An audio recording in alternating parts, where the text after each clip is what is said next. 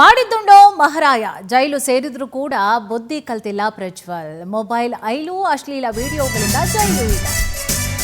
ಮಾಡಿದ್ದುಂಡೋ ಮಹಾರಾಯ ಎನ್ನುವಂತೆ ಜೈಲು ಪಾಲಾಗಿದ್ದಾರೆ ಪ್ರಜ್ವಲ್ ರೇವಣ್ಣ. ಬಟ್ ಅಲ್ಲಿ ಹೋದ್ರೂ ಕೂಡ ಮೊಬೈಲ್ ಹುಚ್ಚು ಬಿಟ್ಟಿಲ್ಲ. ಅಶ್ಲೀಲ ವಿಡಿಯೋಗಳಿಂದ ಜೈಲನ್ನ ಸೇರಿರುವಂಥದ್ದು ಈಗಾಗಲೇ ಪವರ್ ಟಿವಿ ಹೊಡೆತಕ್ಕೆ ಕಳೆದ 2 ವರ್ಷಗಳಿಂದಲೂ ಕೂಡ ಜೈಲು ವಾಸವನ್ನ ಅನುಭವಿಸ್ತಾ ಇದ್ದಾರೆ ಪ್ರಜ್ವಲ್.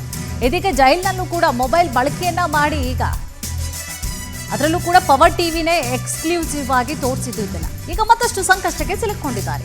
ಪ್ರಜ್ವಲ್ಗೆ ಮಾತ್ರ ಅಲ್ಲ, ಡಿಜಿಪಿ ಅಲೋಕ್ ಕುಮಾರ್ ಅವರಿಗೆ ಇಲಾಖೆಯಲ್ಲಿ ಮುಜುಗರ ಆಗ್ತಾ ಇದೆ. ಇದರಿಂದಾಗಿ ಸಾಕಷ್ಟು ಮುಜುಗರ ಅಲ್ವಾ. ಜೈಲಿಗೆ ಬಹಳಷ್ಟು ಬಾರಿ ಅಧಿಕಾರಿಗಳು ಭೇಟಿ ಕೊಡ್ತಾ ಇರ್ತಾರೆ, ರೇಡ್ ಮಾಡ್ತಾ ಇದ್ದು ಏನು 1 ಸಲನ 2 ಸಲನ ಪದೇ ಆಗ್ತಾ ಇದ್ರು ಕೂಡ ಅದೇ ರೀತಿಯಾದಂತಹ ಘಟನೆಗಳಾಗ್ತಾ ಇದ್ರೆ ಡಿಜಿಪಿ ಅವ್ರಿಗೂ ಕೂಡ ಇದು ಮುಜುಗರ. ನಿನ್ನ ಈ ಒಂದು ನಡವಳಿಕೆಗೆ ಇಡೀ ಇಲಾಖೆಯ ಮರ್ಯಾದೆ ಕೂಡ ಹಾಳಾಗಿದೆ. ಸುದೀರ್ಘ ವೃತ್ತಿ ಜೀವನದಲ್ಲಿ ಹೀಗೆ ತಲೆ ತಗ್ಗಿಸುವಂತಹ ಪ್ರಸಂಗ ಯಾವತ್ತೂ ಕೂಡ ಬಂದಿರಲಿಲ್ಲ. ನಾನೇನ್ ಮಾಡಿಲ್ಲ ಸರ್ ಅಂತ ಹೇಳಿ ಪ್ರಜ್ವಲ್ ರೇವಣ್ಣ ಈ ಸಂದರ್ಭದಲ್ಲಿ ಸಮಾಜಾಶಯ ಯತ್ನ ಮಾಡಿದ್ದಾರೆ. ಡ್ರಾಮಾ ಸಾಕು ನಿಲ್ಸು, ನನಗೆಲ್ಲ ಗೊತ್ತಿದೆ ಅಂತ ಹೇಳಿ ಪ್ರಜ್ವಲ್ ವಿರುದ್ಧ ಅಲೋಕ್ ಕುಮಾರ್ ಅವರು ಕಿಡಿಕಾರಿದರು.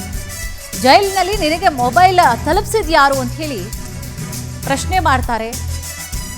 ಸತ್ಯ ಹೇಳ್ದಿದ್ರೆ ಕಠಿಣ ಕ್ರಮ ಅಂತ ಹೇಳಿ ಪ್ರಜ್ವಲ್ಗೆ ಬಂದೀಖಾನೆ ಡಿಜಿಪಿ ಎಚ್ಚರಿಕೆ ನೀಡ್ತಾರೆ. ನಿಯಮ ಪಾಲಿಸು, ನೀನು ರೂಲ್ಸ್ ಏನಿದೆ ಎಲ್ರಿಗೂ ಕೂಡ ಬಂದೆ, ನೀನು ಕೂಡ ಅದರಿಂದ ಹೊರತಾಗಿಲ್ಲ, ಅದನ್ನ ಪಾಲಿಸು.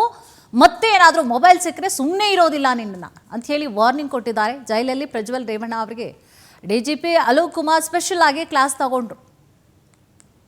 ಕಳೆದ ಶುಕ್ರವಾರ ಡಿಜಿಪಿ ಅಲೋಕ್ ಕುಮಾರ್ ಜೈಲಿಗೆ ದಿಢೀರ್ ಅಂತ ಹೇಳಿ ಭೇಟಿ ಕೊಟ್ಟಂತಹ ಸಂದರ್ಭದಲ್ಲಿ ಏನೋ ಜೈಲಿನಲ್ಲಿ ಪ್ರಜ್ವಲ್ ಮೊಬೈಲ್ ಬಳಸಿದಂತಹ ವಿಡಿಯೋ ವೈರಲ್ ಆದಂತಹ ಬಳಿಕವಾಗಿ ಅವರ ಒಂದು ಬ್ಯಾರೆಕ್ನಲ್ಲಿ ಸುಮಾರು 10 ರಿಂದ 12 ನಿಮಿಷ ಪ್ರಜ್ವಲ್ ಜೊತೆಯಲ್ಲಿ ಕ್ಲಾಸ್ ತಗೊಂಡ್ರು. ಮಾತನಾಡೋದಲ್ಲ, ಅದು ಕ್ಲಾಸ್ ತಗೊಂಡ್ರು, ಎಚ್ಚರಿಕೆ ಕೊಟ್ಟರು, ಇನ್ನೊಂದ್ಸಲ ಈ ಥರ ರಿಪೀಟ್ ಆಗಬಾರ್ದು ಅಂತ.